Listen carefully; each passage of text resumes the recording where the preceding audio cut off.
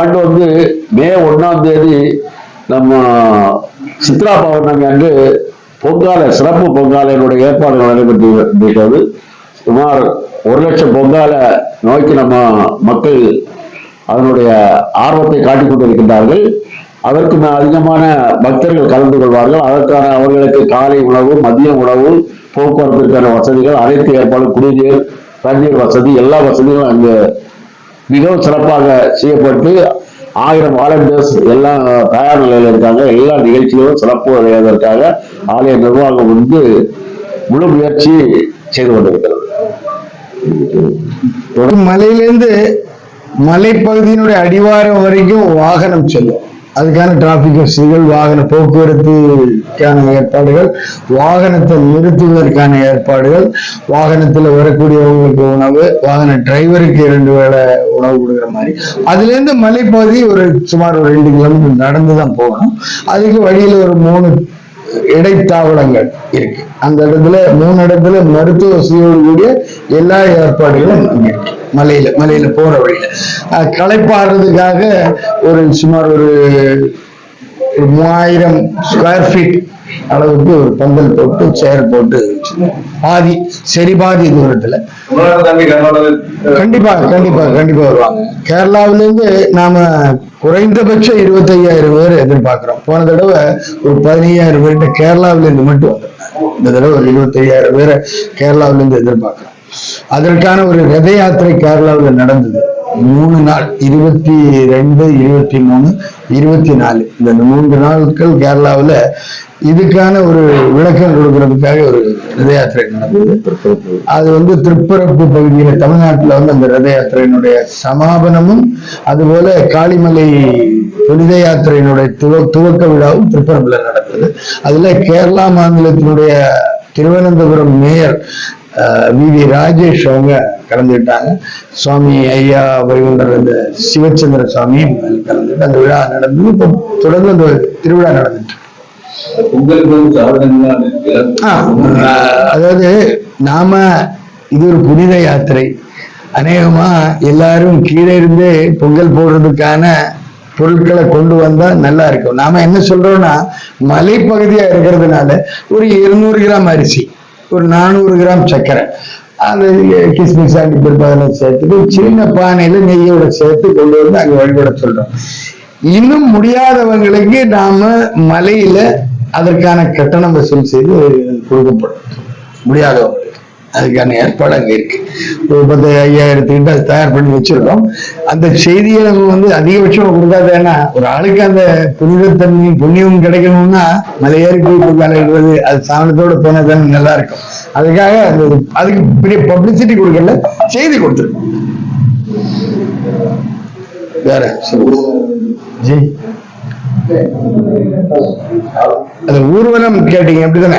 ஊர்வலங்கிறது நமக்கு காளிமலையில நான் அதான் ஆரம்பிக்கும் போது சொன்னேன், நீங்க கேட்டிருக்க மாட்டீங்க. 2 நிகழ்ச்சிகள் இருக்கு. ஒண்ணு துர்காஷ்டமி திருவிழா.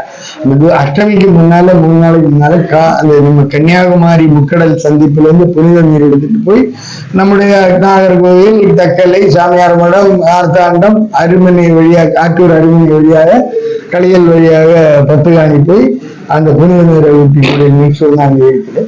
இதுக்கு பொங்காலைக்கு இங்க எப்படி அந்த ரத யாத்திரை நடக்குமோ அதே மாதிரி கேரளாவில் 22, 23, 24 நடந்தது. புனித யாத்திரையை பற்றியான விளக்கம் கொடுக்கணும். மக்கள் மத்தியில ஒரு விழிப்புணர்வு வேற இருக்கு. மார்த்தாண்டத்துல, தக்கல்ல இருந்து எல்லாம் இருக்கு.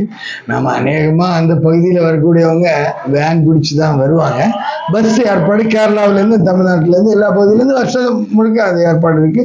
நாம அரசாங்கத்திட்ட கொடுத்துருக்கோம், வேண்டுதல் கொடுத்துருக்கோம், ஏற்பாடு பண்றோம். எல்லா வருஷம் ஏற்பாடு பண்ணோம். அதில் ஒன்றும் சிக்கல் வந்தது கிடையாது. இன்ஜினியர் பத்மகுமார் இருந்தாரு. விழாக்குழுவினுடைய பொதுச் செயலாளர் அட்வொகேட் சுஜித்குமார், சுஜித். விழாக்குழுவினுடைய உத்தராம் சொன்னா சுற்றுப்புற சூழல் அதுக்கு முக்கியத்துவம் கொடுத்துதான் மலையில எல்லா ஏற்பாடு, எந்த விதமான பிளாஸ்டிக் பொருட்களும் அங்க போடக்கூடாது. அப்படியே உணவுக்கு சாப்பிட்டுட்டு போடுறதெல்லாம் பொங்காலை முடிஞ்சு அன்னைக்கு ஈவினிங்கே அதை வந்து கிளியர் பண்ணி அதுல சுத்தம் செய்து வச்சிருவோம். எந்த நீங்க சந்தேகம் தான் யாருக்கு வேணாலும் வந்து பார்க்கலாம். அந்த அளவுக்கு எல்லாமே இந்த சுற்றுச்சூழலோடு ஒத்து போகக்கூடிய விஷயங்கள் மட்டும்தான் அங்கே செய்யப்படும். அதுல எந்த விதமான மாற்றம் இருக்காது. நம்முடைய லட்சியமே அங்கே ஒரு தர்மசாஸ்திரா இருக்குது. வருடம் முழுக்க நமக்கு அங்கே வழிபாடு நடத்த முடியும். சபரிமலையில சில கட்டுப்பாடுகள் எல்லாம் அரசாங்கம் தேவையில்லாத கட்டுப்பாடுகள் தேவைக்கு பண்ணாம அப்படிலாம் இருக்கு. நாம இதை ஒரு சபரிமலை ஆக கொண்டு வரணுங்கிற முயற்சி இருக்கு. அதுக்கான அடித்தளம் போட்டிருக்கோம். இப்ப அங்க இருக்கக்கூடிய தந்திரியே வந்து சபரிமலை மேல் சாந்தியா இருந்த வேணுகோபாலன் நம்பூதிரி தான். வேணுகோபாலன் நம்பூதிரி என்ன மாதிரி கட்டுப்பாடு சபரிமலையில இருக்கிறதா? இந்த வெர்ச்சுவல் கியூ, அடிப்படை வசதி மக்களுக்கு செய்யாம, ஆக்சுவலி காளிமலையில சபரிமலையில ஒரு நாளைக்கு 80,000 பேர் கூடக்கூடிய இடத்துல 8,000 பேருக்கு தேவையான அடிப்படை வசதிகள் கூட அங்க பண்றது. ஆனா காளிமலையில ஒரு நாளைக்கு 2,000 3,000 பேர் கூடுறோம். ஆனா 25,000 பேர் வந்தாலும் தாங்கக்கூடிய அளவுக்குள்ள அடிப்படை வசதிகள் அங்க இருக்கு. அட் எ டைம்ல 1000 பேருக்கு படுத்து உறங்க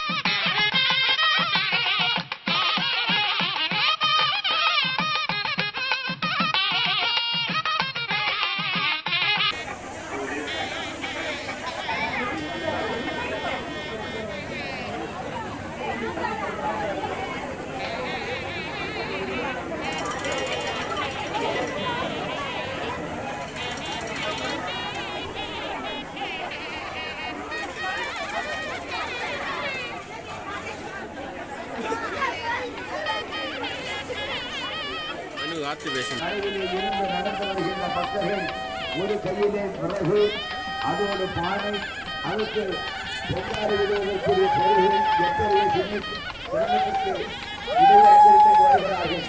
இவைகளுக்கெல்லாம் ஆண்டவரை நோக்கி ஆண்டவரை வணங்குவதற்காக அந்த எல்லா கஷ்டங்களையும் ஏற்று இங்கே வலியுறுத்தி இந்த பிரச்சாரை நடத்துகிறார்கள்.